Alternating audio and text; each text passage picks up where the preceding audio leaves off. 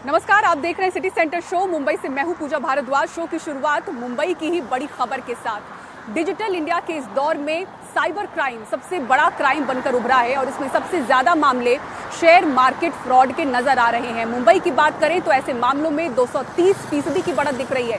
सबसे ज्यादा 95% share market के फ्रॉड से जुड़े हुए मामले हैं और सबसे खास बात यह है कि इस धोखाधड़ी में जो पैसे लूटे जा रहे हैं वो किराए पे लिए गए अकाउंट के जरिए उन पैसों को इस्तेमाल किया जा रहा है, उड़ाया जा रहा है। और इसमें अहम जानकारी ये है कि अधिकांश जो ऐसे अकाउंट है किराए पर लिए हुए वो युवाओं के नाम पर हैं। 10% कमीशन पर चल रहे हैं। ये बड़ा खुलासा किया है नवी मुंबई की साइबर सेल यूनिट ने। और इसी के साथ एक अहम जानकारी ये है कि साइबर क्राइम की दुनिया में गिफ्ट स्कैम नाम का एक नया अपराध भी सामने आया है। सबसे पहले मुंबई से स्पेशल रिपोर्ट देखिए।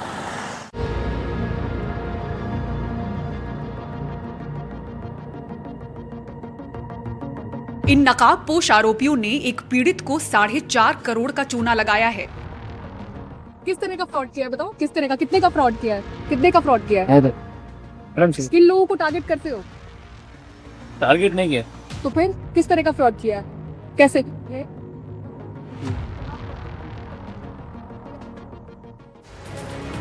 शेयर मार्केट में इन्वेस्ट कर प्रॉफिट कमाने का झांसा देकर करोड़ों की ठगी के मामले मुंबई महाराष्ट्र में बेतहाशा बढ़ रहे हैं। ये सर नया जो अभी मामला है जिनमें 2 लोगों को आपने अरेस्ट किया है, ये कितने करोड़ का मामला है? 4.5 करोड़ का ये शेयर मार्केट का फ्रॉड है। ठीक है। और कितने विक्टिम्स हैं सर इसमें? एक ही विक्टिम है। एक ही विक्टिम है। कितने अक्यूज्ड हैं जो टोटल इसमें आ रहे हैं और कितने तो 2 पकड़े गए, अभी उसमें ज़्यादा पकड़ में आ सकते।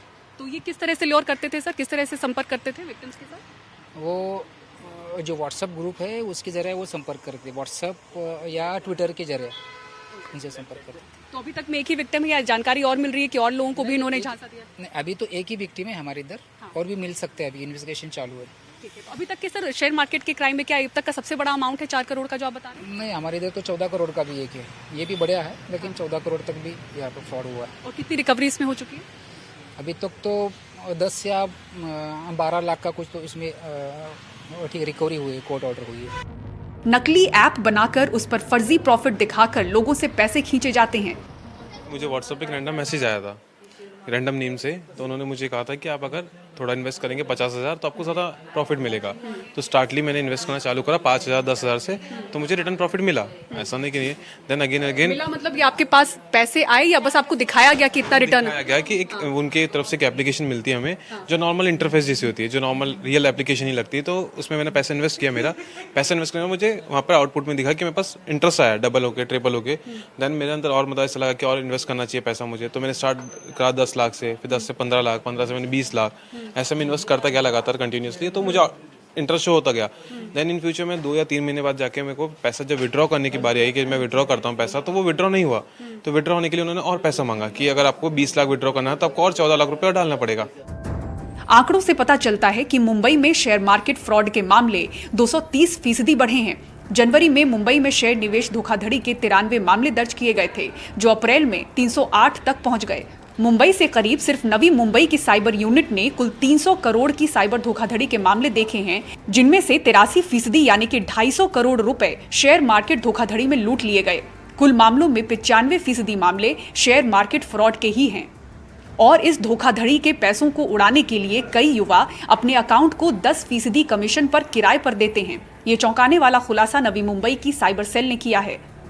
टोटल अमाउंट मैं अगर आपसे पूछूं सर, कितना अमाउंट का फ्रॉड हो चुका है सिर्फ शेयर मार्केट से रिलेटेड फ्रॉड में? पिछली साल जो हमारे इधर 300 करोड़ का टोटल साइबर क्राइम का फ्रॉड है, उसमें से 250 करोड़ तो ये शेयर मार्केट में गया है, यानी जो 95% है वो शेयर मार्केट का फ्रॉड है। नेम, यूजर आईडी, पासवर्ड्स और एटीएम का ओटीपी, ठीक है, वो लिया जाता है और वो यूज़ करते हैं इंटरनेट बैंकिंग, तो पैसा इधर से उधर ट्रांसफर करने के लिए, और लोगों को उसके वजह से कमीशन दिया जाता है। कितना कमीशन मिलता है? मतलब कोई भी चाहे तो अपना अकाउंट रेंट पे दे सकता है, बदले में कितना मिल रहा है उसके? 10% उसको मिलता है। अगर वहाँ पर 1 करोड़ आ गए उस अकाउंट में तो उसको 1 लाख रुपए मिलता है। 3 करोड़ आ गए तो 3 लाख रुपए मिलता है। तो जो अपना किराए पर ये अकाउंट दे रहा है उसको जानकारी होती है पूरी कि ये फ्रॉड का पैसा कुछ है? लोगों को जानकारी होती है, 95% लोगों को जानकारी होती है। और कुछ लोग जो यहाँ के गोर गरीब जनता है उनको बोला जाता है कि लोन के लिए उनका अकाउंट चाहिए या गेमिंग का पैसा आने वाला है, उन पर कार्रवाई क्या होती है? उनको अरेस्ट कर देते। ये कौन कौन से बैंक से जहां पर ये अकाउंट होते हैं ज्यादातर? नो ऐसे नहीं है, जो सभी बैंक के उनमें ये इन्वॉल्वमेंट है। जो करंट अकाउंट है उसमें सब ये प्रॉब्लम है, क्योंकि बैंक का टारगेट रहता है, इसके बेस से उसको वेरीफाई कितना किया जाए इसके ऊपर डिपेंड है। जो हमारा यूथ है, लेकिन इसमें इन्वॉल्व हो रहा है अभी ज़्यादातर। कितने मामलों में आपको दिख रहा है कि जो युवा है ज्यादा वो किराए पर ऐसे अकाउंट देता हुआ? सभी लोग युवा ही है और इंटेंशनली वो कर रहे हैं, क्योंकि इजी मनी है, काम करने की जरूरत नहीं, बैंक का अकाउंट दिया, पैसा आया। वहीं साइबर की दुनिया में गिफ्ट स्कैम नाम की नई बला की भी एंट्री हुई है। निशाने पर महिलाएं हैं, जिसमें विदेश खासतौर से यूएस या यूके से किसी के साथ ऑनलाइन दोस्ती होती है। फिर महंगे तोहफे जैसे गोल्ड, डायमंड, जेवर जैसी बेशकीमती चीज भारत भेजने का झूठा वादा किया जाता है और फिर एयरपोर्ट पर तोहफा अटकने के एवज में कस्टम ड्यूटी और पार्सल हैंडलिंग फीस के नाम पर बड़ी ठगी कर ली जाती है। मुंबई और आसपास गिफ्ट स्कैम के कई मामले देखने मिले हैं।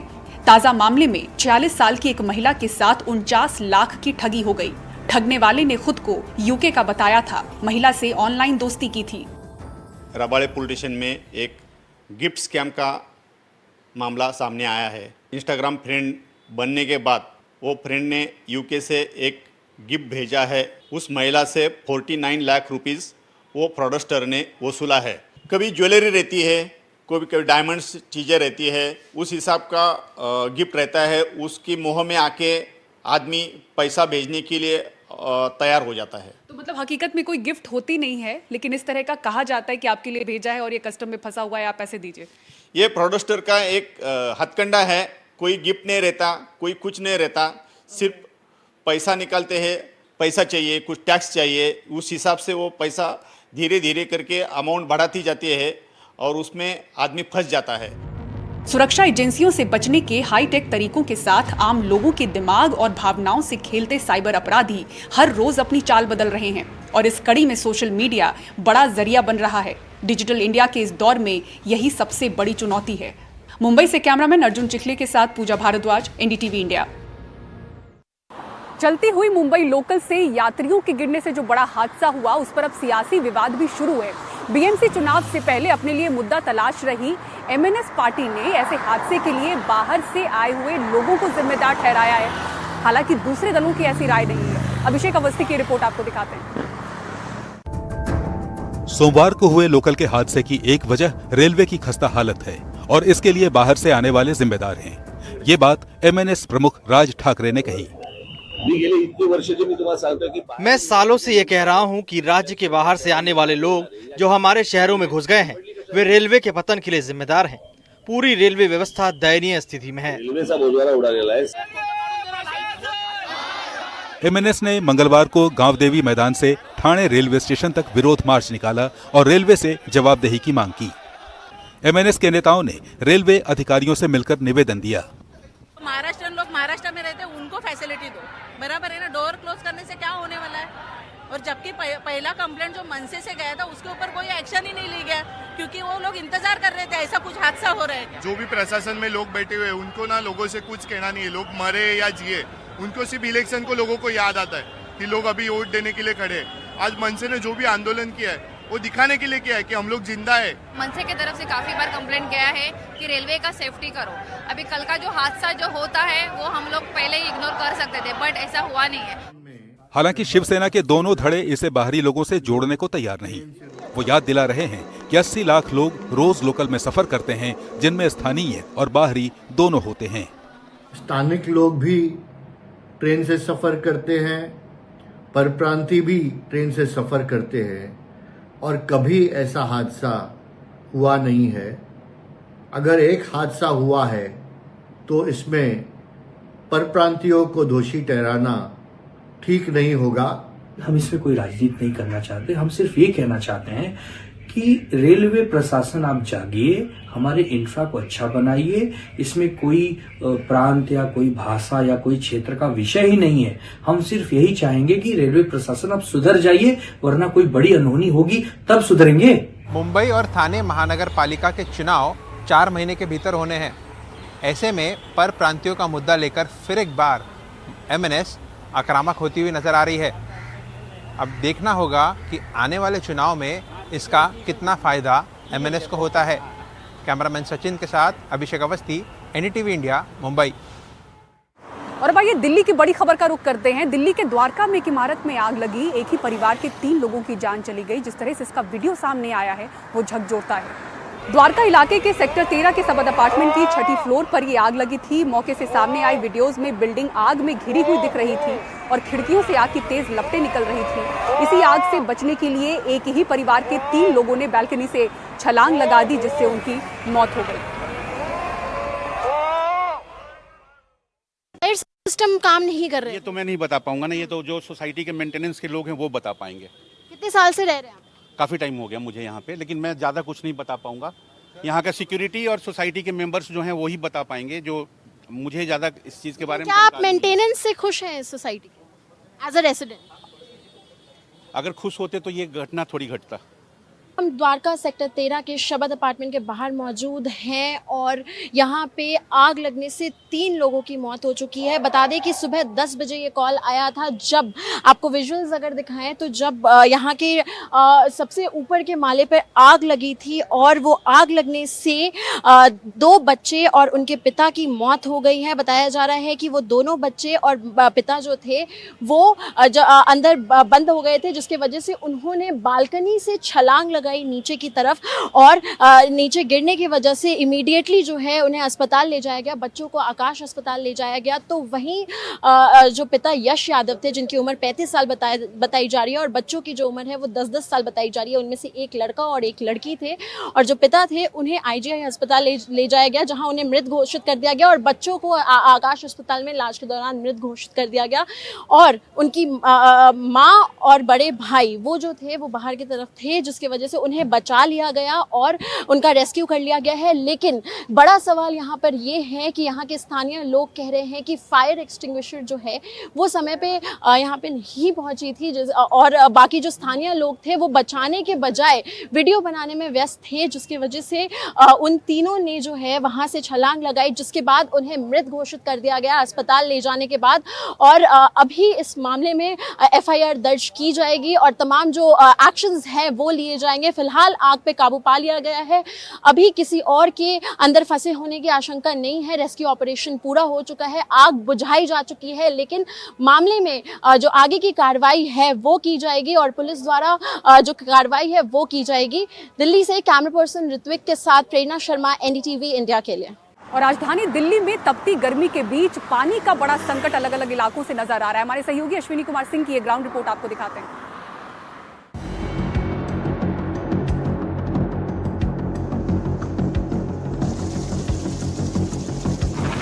पानी हम लोग नहीं आ रहा है, हम लोग इसी से जीते। 20 साल हो रहा है, पिछले साल नहीं थी, पानी की दिक्कत नहीं।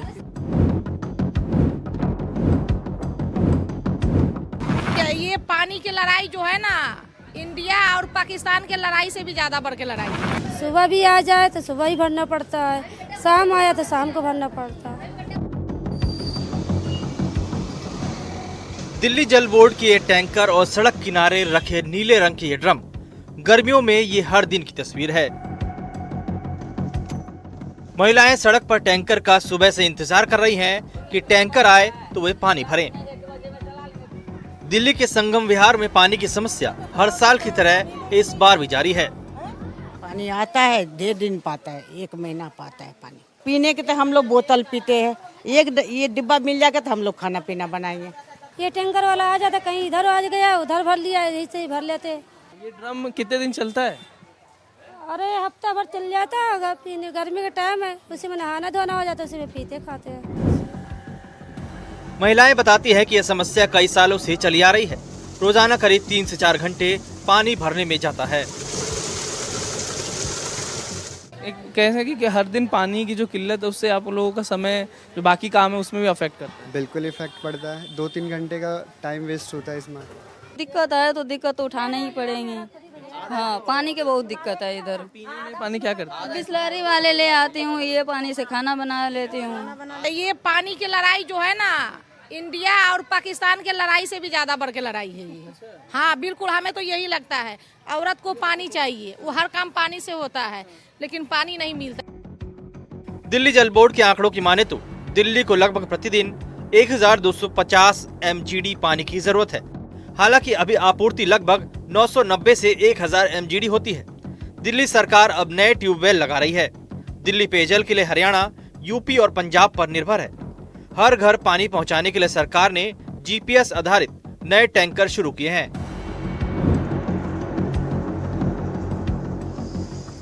संगम विहार इलाके में लोग टैंकर के पानी का उपयोग बस खाना बनाने, नहाने और अन्य काम के लिए करते हैं और पीने का पानी दुकान से अलग खरीदते हैं।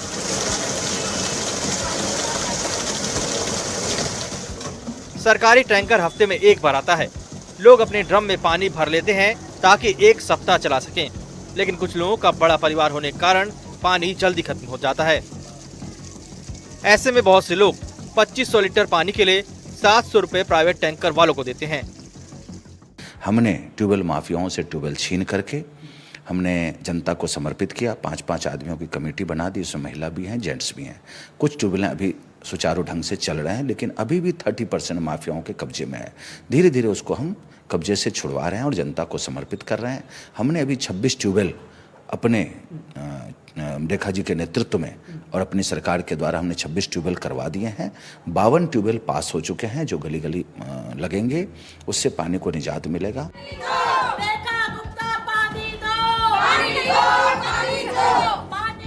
आम आदमी पार्टी पानी के मुद्दे को लेकर सरकार पर हमलावर है। पार्टी का कहना है कि जब से बीजेपी आई है तब से दिल्ली में पानी की समस्या आ रही है।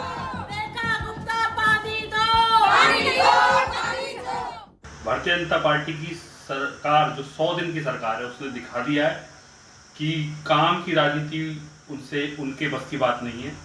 केवल वो जुमलेबाजी कर सकते हैं और जो यहाँ के स्थानीय विधायक हैं वो लगातार बोल रहे हैं कि हम पानी की सप्लाई बढ़ाएंगे, पानी और देंगे, लेकिन जितनी लाइंस हमने डलाई थी पिछले टेन्योर में उसमें आज हम 1 फुट लाइन की भी वृद्धि नहीं देख रहे हैं। पानी की समस्या में जनता पिस रही है, वही राजनीतिक पार्टियों का आरोप प्रत्यारोप अभी भी जारी है। दिल्ली में पानी की समस्या गंभीर बनी हुई है। हर बार की तरह इस बार भी दिल्ली में जो पानी की समस्या है वो जारी है।